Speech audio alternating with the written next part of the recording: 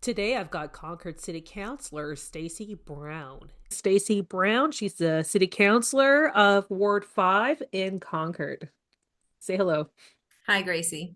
Okay, so thank you for joining me today. For those who don't know you, is Stacey Brown like outside of politics?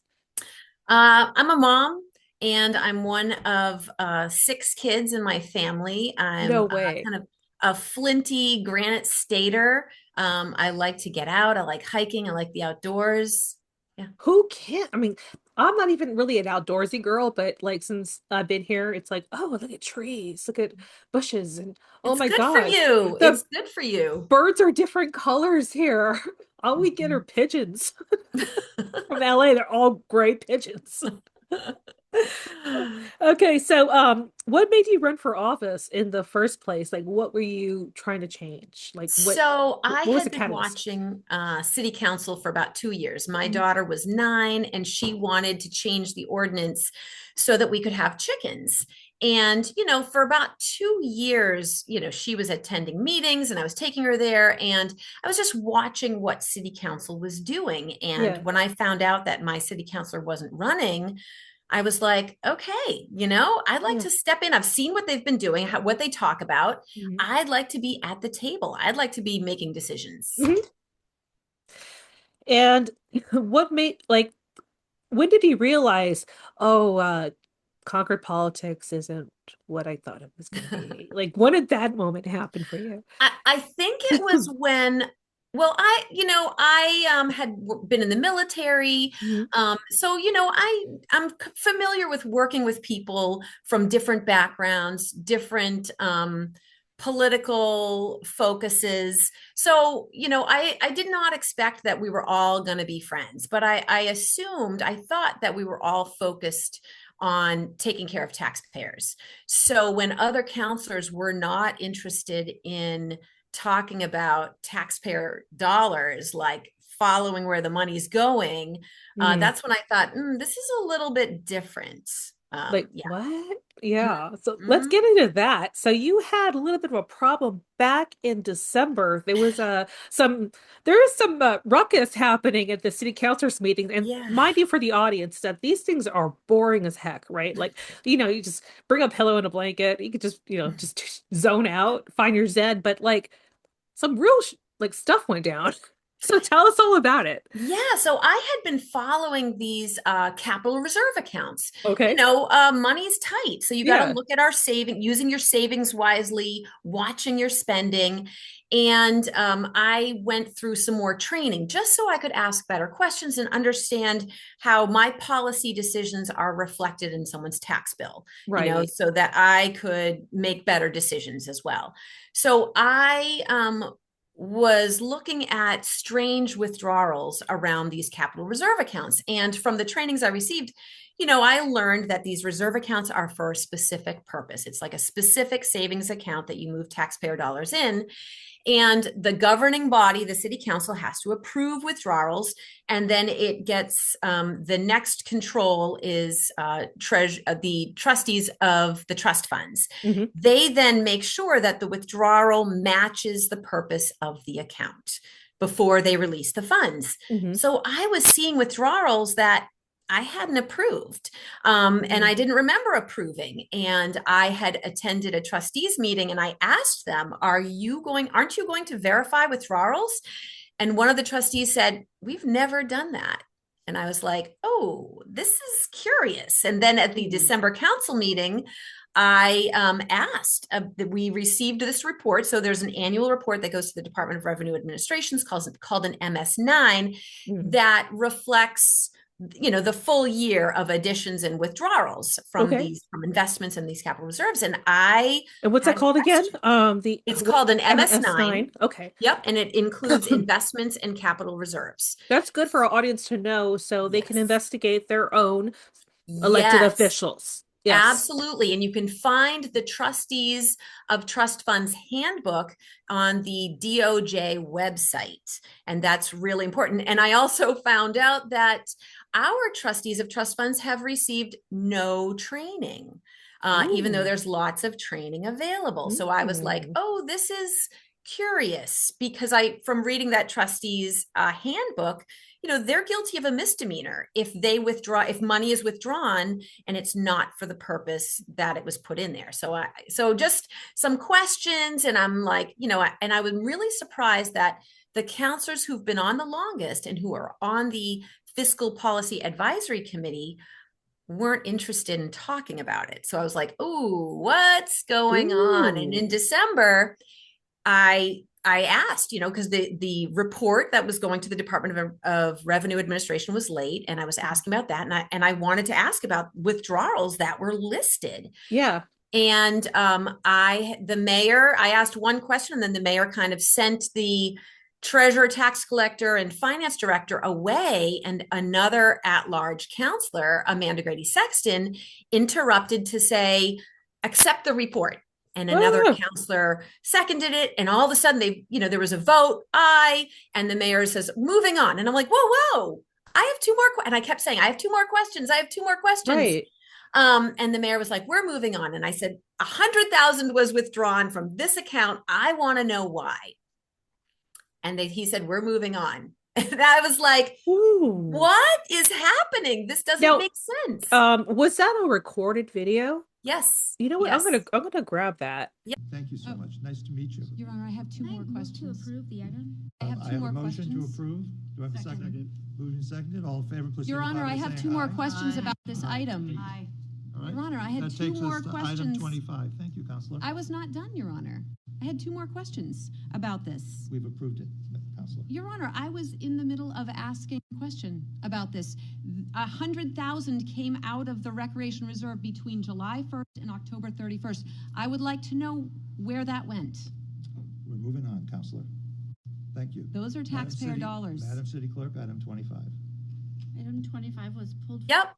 That was really surprising because, there are a number of counselors who are on the Fiscal Policy Advisory Committee that I thought they would want to know too. And I had a conversation with Councillor Grady Sexton afterwards, and I asked her, "Why did you interrupt me?" For the sake of time, let's just call her AGS from now on. Okay. Because it's so AGS. Obnoxious for three names. So I asked AGS. I asked her, "Why'd you interrupt me?" Yeah. And she said, "Oh, well, you needed to make a motion." And I pointed out, no, I didn't, because a consent agenda item, when you pull it, it means you want to talk about it. You have more questions, or you want the public to be aware. And I felt like it was important that the public was aware there were withdrawals from these taxpayer funds, and that we needed answers. So she said she would help. I said, I want to know. There were other withdrawals that I didn't remember approving at all. And she said, "Oh yeah, okay, yeah, I'll help look into it." That didn't happen. And then after that meeting, I had asked to be on the Fiscal Policy Advisory Committee meeting. And not only was I not put on that committee, I was yanked off almost all my other committees. Wow, I felt like, why am I being punished? This is like mean girl behavior. Yeah. So I was pulled off energy and environment, parking, community development, and transportation policy. So in New Hampshire's Regina George strikes again. Okay.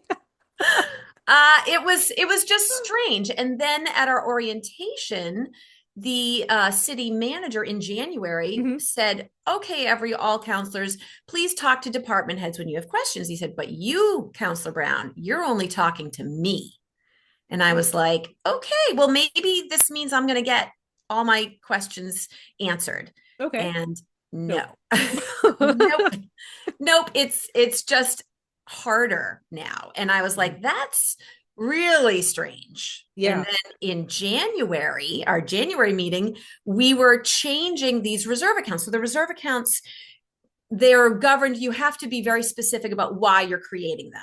Right. So they were changing the description of these reserve accounts. So they were very broad. So the one account I'd been watching, the Recreation Reserve, was for a specific building. And it even had a specific project number 443. So they were saying, well, now instead of just being for that building, it's going to be for anything having to do with recreation. they were just kind of watering it down. And I thought was very strange because we have real needs, Yeah. like one of the Serious. reserve funds was fire apparatus replacement, which, for a fire truck. And instead of putting money into that reserve fund for a fire truck, Mhm. we put $3.5 million into this recreation reserve. And there's only 749,000 in it now. And I can't tell if any of it has gone towards that specific project. So that's what I'm trying to find. Like, where did the money go? And in fact, we bonded a fire truck for 1.8 million. Mhm. And when we could have been saving money into this reserve account, and as a result, we're going to be paying another 400,000 in interest. So we've Ooh. been putting money into this, and now it's officially like a So much recreation for fund. fiscal responsibility. Isn't that like a running Yeah. slogan? Yeah, and I was like, I'm not okay with this. And then Yeah. after we watered down the titles and I opposed it, Mhm. we voted to put $2 million more dollars into these watered down accounts. And I was Mhm. like, for why? We have a homeless issue, we have poverty, racism, we have all kinds of issues. And that was just really surprised. The pushback on that was very surprising. And then I pulled another item from consent, and that was because they wanted to impose term limits on a committee. Uh-huh. And I brought up and I said, well, this is great. We're putting term limits on our committees. I said, but we should follow the same guidelines. If we expect committee members to attend almost all the meetings, we should too. And I pointed out that we have counselors. So there's a counselor who's an at-large counselor Mhm. who attended 2 out of 10 meetings, and he's on fiscal policy. And he was Mm. put back. He has an attendance rate of 18% of attending the committees he's on. So I questioned, why are we putting people on committees if they're not attending them? And then another committee that I said, even the chair of these committees, now Councillor AGS, Amanda Grady Sexton, Uh-huh. is the chair of the Public Safety Board. Oh my And God. they went a full year with no meetings. And I thought, if you're the chair of a committee, you should be holding regular meetings. About 30% of our budget, the city budget, goes towards public safety. So why aren't they meeting more frequently? And when, you don't have meetings, that means the public can't attend, can't raise issues. Ooh. And we just approved a new police station for like $48 million in total. And that's before interest. Mhm. And they didn't even talk about it, or they didn't even have a public hearing about that building Yeah. until after the council had reviewed it. So, it's just kind of really strange. Why are certain counselors being put as the chair of committees and they're not holding meetings? And some counselors are put on committees and they're just not attending, when other counselors who are interested and are able, I have a 91% attendance rate for my committees. I've Oh, never missed a city council meeting. So to that's why you're be, problematic. yeah, yeah, I mean, I really, I see myself as I Yeah. represent the people of Ward 5, Yeah. almost 4,400 people. They voted for me. I represent their interests. I should raise concerns, make them aware of how their money is being spent. Mhm. So yeah, some interesting things are happening in Concord. Thank you so much. I'm going to wrap it up here. Thank you so much for joining Thanks. me. You're actually my first guest. So, Oh, thank you. Thank yes. you. Yes. So, Godspeed, and I hope everything goes well. And we're going to keep covering the story. We're going to have you on again. Awesome. Awesome. I would love to share more. Okay, Yeah, and my constituents are supportive. So that's great. They like that I'm asking these that's questions. awesome. And this comes from the rock and roll DJ in me. Who is your favorite band right now that you're listening to? Oh man. Oh, Oh gosh. I can't, who do I run to? I'm trying to think who I run Yeah, to. that's a great one because I run too, and I do a spin class here at my house. Right. Like, God. who's on that list? Oh Is my it God. I is it have a, too rowdy? Is it too rowdy for us to know? Like, are you I listening to don't like know. I'm so gangster terrible rap? with my music because I like, my husband will, oh, you know who I love? Rihanna. I love Rihanna. Rihanna. Yeah. She, I think is it Umbrella where she's talking about, making an oath and standing by it. And I was like, yeah. So I'm running and I'm listening. I'm like, yes, yes, that's my, Rock yeah. on. All right. Talk to you later. Thank you, Thanks. Stacey. Bye-bye. Bye.